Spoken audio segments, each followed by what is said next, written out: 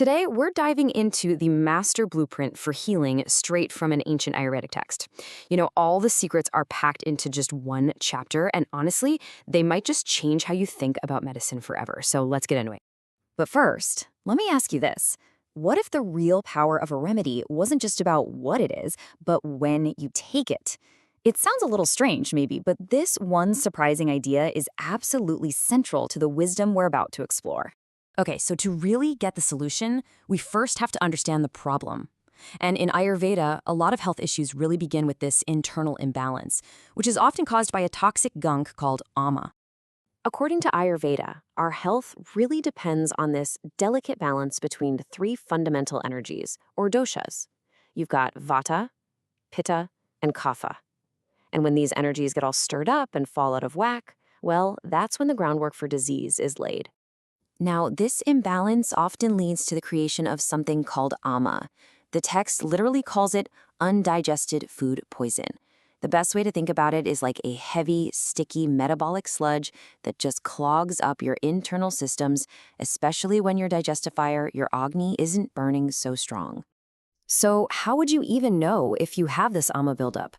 Well, the signs are often things we might just brush off as feeling a bit off. That constant lack of energy, feeling heavy and sluggish, chronic indigestion, or just being totally exhausted for no reason. According to the text, this is your body screaming that its internal pathways are blocked. And this brings us to a really key distinction. A healthy, pure energy is called nirama, but when that same energy gets mixed up with that toxic ama, it becomes sama. It gets obstructed, heavy, and that's when it can really cause disease. That's the state that needs a fix. So if the problem is a dosha that's been corrupted by ama, how do you fix it? Well, this leads us right to the Ayurvedic toolkit, which is specifically designed to calm down each of those imbalanced doshas and bring back that harmony. The core principle of Ayurvedic treatment is actually pretty simple, but also really profound. It's this: like increases like, and opposites create balance. So let's say a dosha has become too dry and cold. The treatment is going to involve things that are oily and warm. See? It's all about using the opposite qualities to bring things back to center. What's so fascinating here is just how personalized this approach is. It's not one size fits all. Notice how each treatment is the direct opposite of the imbalance. You have that fiery pitta, you cool it down with things like ghee and bitter herbs.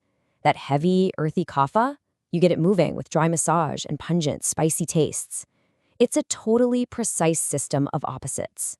All right, so we've covered the what and the why of the treatment, but chapter 13, it reveals another layer. This is the real game changer, a strategic element that turns a simple remedy into a precise science, the secret of perfect timing. Get this. The text lays out 10, not 1 or 2, but 10 distinct strategic times for taking medicine. And we're not just talking about morning or night. No, this is a fully codified system, and it's designed for maximum impact. Here's the most crucial point, the real takeaway. The timing of a medicine actually determines its path and its target inside your body. It's almost like a guidance system, steering that therapeutic action to a very specific area, which makes the whole treatment incredibly efficient. To make this super clear, let's look at these timings in relation to something we all get: meals. Taking medicine on an empty stomach, or before a meal, or after. It's not random. In this system, every single choice serves a totally different purpose. And here is the genius logic behind it all. A remedy on an empty stomach? That's for when you need a really potent, full-body action. Medicine before a meal? That's going to target the lower body, your digestive system. And medicine after a meal? Now you're targeting the upper body, things like the lungs and throat. And for those really acute problems, like a bad cough or intense thirst, you give the remedy repeatedly for constant relief. It is an unbelievably sophisticated delivery system.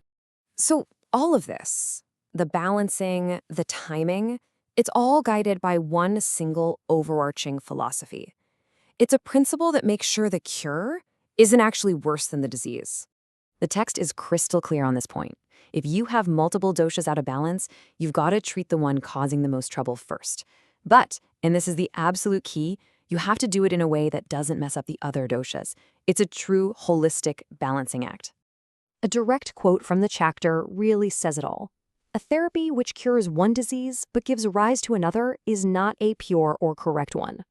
The goal isn't just to stomp out a symptom, it's about restoring balance to the entire system. And that leaves us with a final thought to chew on.